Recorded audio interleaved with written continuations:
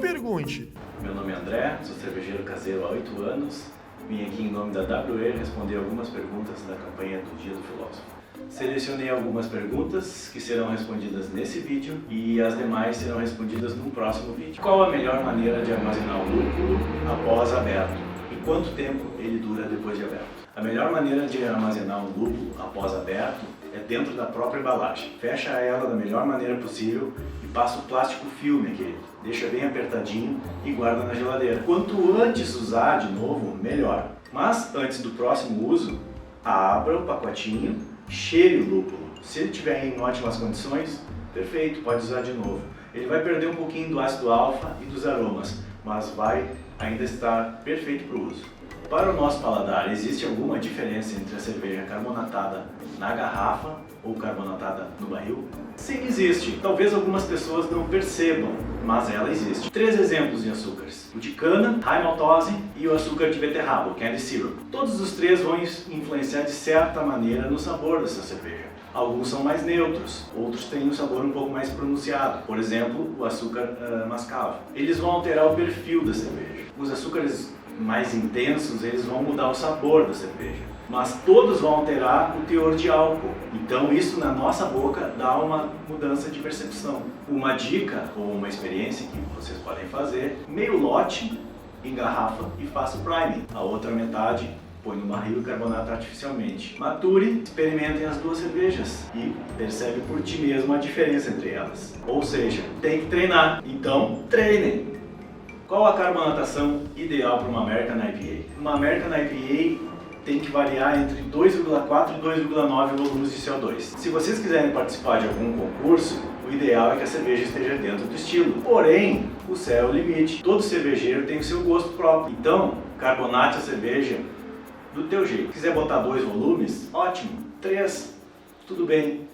O importante é fazer uma cerveja bem caprichada. A gente deve agradar mais ao nosso paladar ou o paladar dos nossos amigos e familiares? O cervejeiro primeiro tem que aprender a fazer cerveja. Fazer uma cerveja boa, de qualidade. Depois que ele desenvolver suas técnicas e tiver o seu jeito de fazer a cerveja, aí ele pode começar a agradar aos outros, aos paladares mais diversos. Como encontrar a receita perfeita? A cerveja perfeita. Como achar a melhor razão entre amargor e gravidade original numa cerveja? Não existe uma receita milagrosa, nenhum roteiro para se chegar numa cerveja perfeita. Na minha modesta opinião, a cerveja perfeita é aquela perfeita para cada momento. No momento de meditação, no momento de descontração, no momento de alegria, reunião de amigos, familiares, com o seu ser amado. Essa é a melhor receita. Essa é a melhor cerveja. E sobre a relação amargor e gravidade é o seguinte: o jeito mais simples e certeiro de calcular essa relação é usando softwares. Eu uso o Beersmith, mas existem outros. Procura o teu, vê qual tu te adapta melhor. Qual a melhor temperatura de fermentação para uma IPA usando o S05? Segundo a fabricante Fermentes, a melhor temperatura de fermentação é entre 18 e 28 graus Celsius.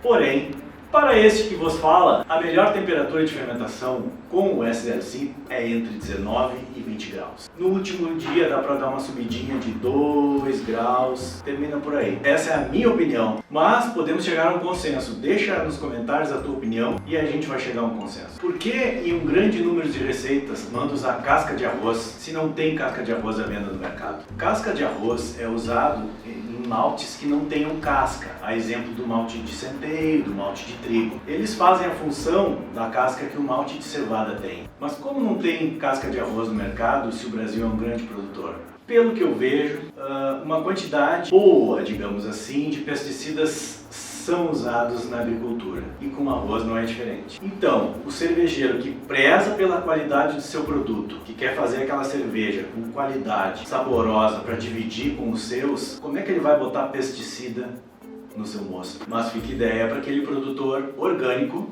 que quiser comercializar suas cascas de arroz. Com os maltes que tem no mercado atualmente, ainda é necessária a rampa de temperatura de misturação?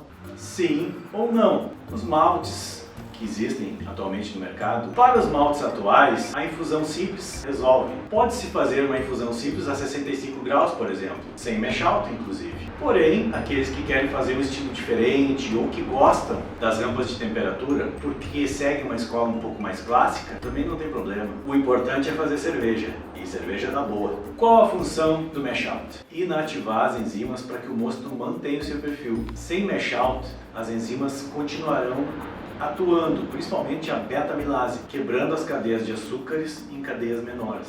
Também diminui a viscosidade do mosto, permite uma clarificação melhor e um maior rendimento. Uma dica importante é que essa água nunca passa de 78 graus. Acima de 76 graus, os taninos já começam a ser liberados das cascas dos maltes. Não é o problema de colocar a cerveja na geladeira para esfriar, para só no próximo dia inocular a levedura. Primeiro motivo: o DMS é formado também durante o resfriamento, mais precisamente entre os 36 e 76 graus Celsius. Logo, a gente tem que baixar essa temperatura para menos de 36 graus o mais rápido possível. E segundo fator é o risco da contaminação. Aquele mosto vai esfriar da noite para o dia. Então, além do DMS ser gerado, ocorre o risco da contaminação. Por quê? Porque esse mosto quentinho e saboroso, cheio de açúcares, vai estar lá desprotegido. As bactérias vão tomar conta e as leveduras nem vão estar lá para defender o nosso sagrado mosto. Existe um método eficiente de diminuir a formação de diacetil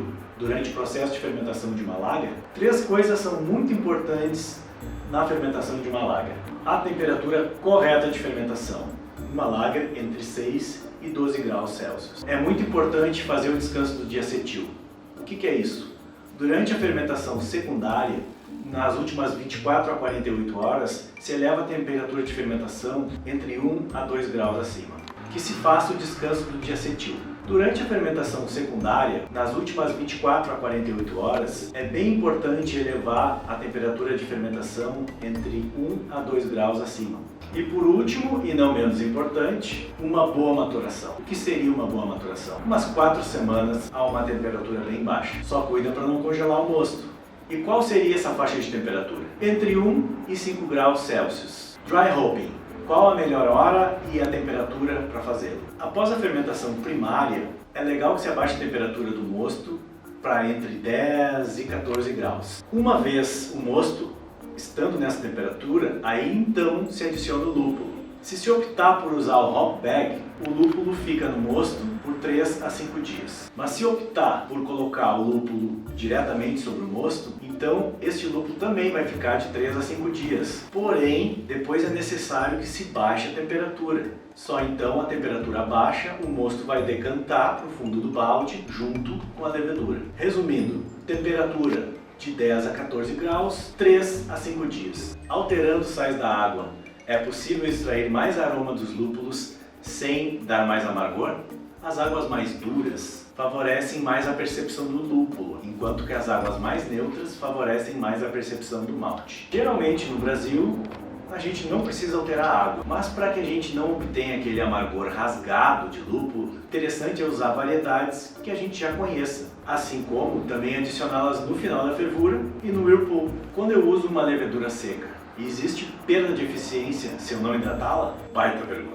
Eu não sei te dar um percentual correto. Alguns estudos mostram que uma certa quantidade de levedura, ao ser jogada diretamente sobre o mosto, acaba morrendo. Isso não quer dizer que todas elas vão morrer e a cerveja não vai fermentar. Caso se opte por não hidratar a levedura, o interessante é que esse volume de mosto seja pequeno e a densidade não seja alta. Claro que a temperatura desse mosto tem que estar dentro dos padrões pré-estabelecidos pelo fabricante da levedura.